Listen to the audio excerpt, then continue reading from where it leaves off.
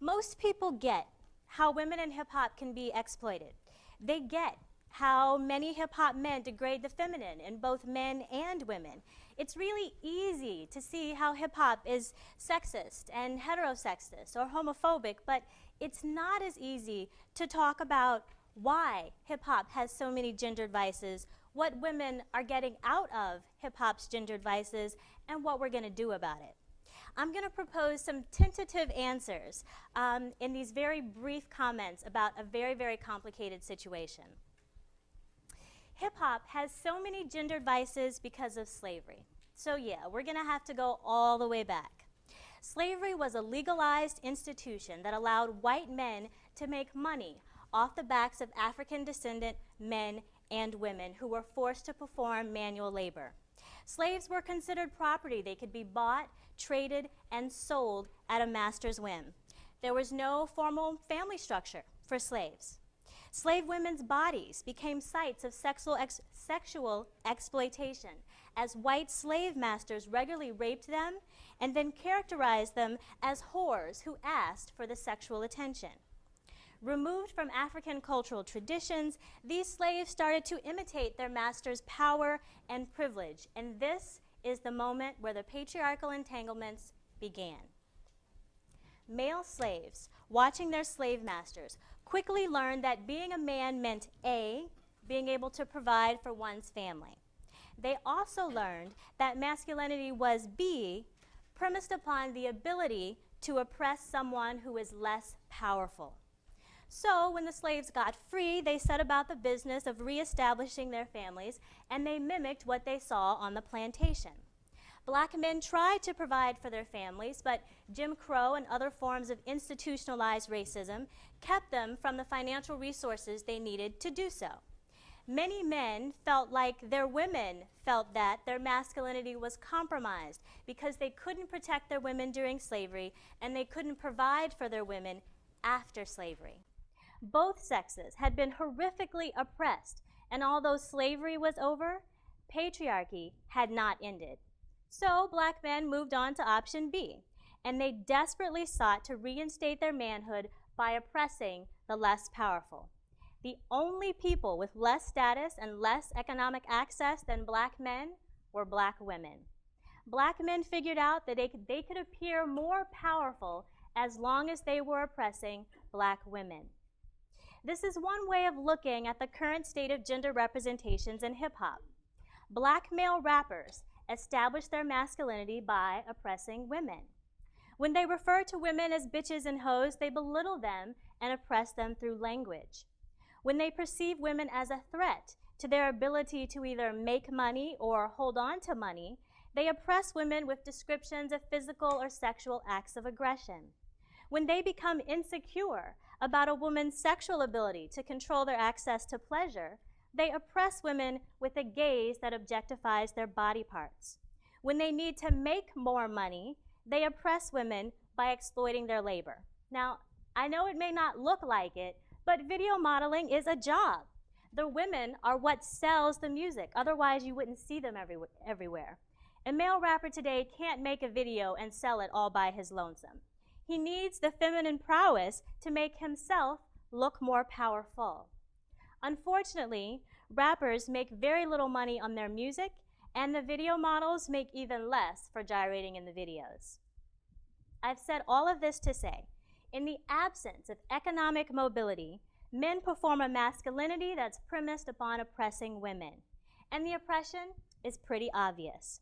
The question becomes, what are the women going to do about it? The students at Spelman who wanted to talk to Nelly after the release of his infamous Tip Trill video, the women involved in Essence's Take Back the Music campaign, and the authors in Homegirls Make Some Noise, a book about hip-hop feminism, are speaking out, as are many other women.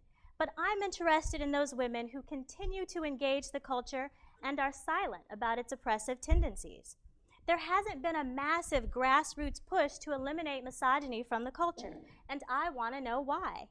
We know that men support patriarchy because it allows them to oppress women and buffer their own self-esteem. But what do women get out of hip-hop's gendered vices?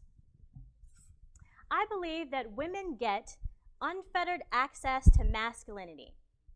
Uber masculinity persists in hip-hop because it's sexy. Women and men of all races find the testosterone-laden swagger, grimace, and hardness of black male representations in hip-hop sexually attractive.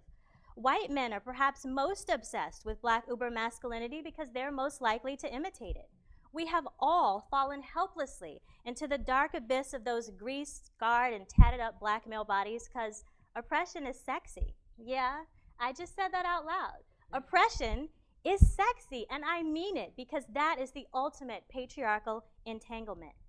When some women see a man dousing another woman with champagne or swiping a credit card down the crack of her behind, they don't identify with the woman. Women identify with the man. Women want to be powerful and controlling too. Women want someone to oppress, and since we're at the bottom of the hierarchy, why not oppress each other? The majority of women in the hip-hop industry do not protest the industry's gendered vices because they secretly covet the ability to oppress. When women say, oh, those rappers are not talking about me, it's not a flippant response. They might as well say we, meaning the male rapper and me, are talking about those bitches over there. Female rappers embody this patriarchal entanglement. I've never heard of a feminine style of rapping. The genre feels and sounds aggressive per our stereotypes of masculinity. As far as I can tell, Missy Elliott is the last female rapper left in the mainstream game, and she substitutes pussy power in the absence of a penis. Even during the female rapper heyday, Kim, Foxy, Missy, Trina, and Eve, just to name a few of the mainstream women, they were just as oppressive to their female foes as male rappers can be to women in general. Occasionally, when they're riled up, they can flip the script and oppress a man with their feminine wiles, but oppression is always the common denominator. So in addition to wanting to be an oppressor, there's the added bonus of objectification. When you're entangled with patriarchy, one of the ultimate ideals is to be seen. Let me clarify that just a little bit. When you're entangled with patriarchy, one of the ultimate ideals is to be seen as sexy. Think about it. Being half naked in a video makes sense if men have told you since puberty that you're sexy. Performing in videos then is a constant source of a familiar sense of validation. Being half naked in a video also makes sense if no one ever told you you were sexy until you dropped your robe on the video set and all the rappers' boys tried to holler at you. Either way, being seen as sexy and getting paid for it is a win-win. It beats an office job where the only thing people ask you to do is answer the phone and get coffee. So for audiences, the objectification provides added benefits. Video models offer women quick access to what's hot this fashion season and what the boys say they're going to buy you if you can get low. I've had students tell me that the strip club videos, you know, the ones from down south, give them ideas for the next sexual positions that they want to try. Women aren't protesting because the oppression is seductive and the objectification is affirming, and it also happens to be informative. And there's one more benefit. Patriarchy is a fantasy. In truth, it doesn't work.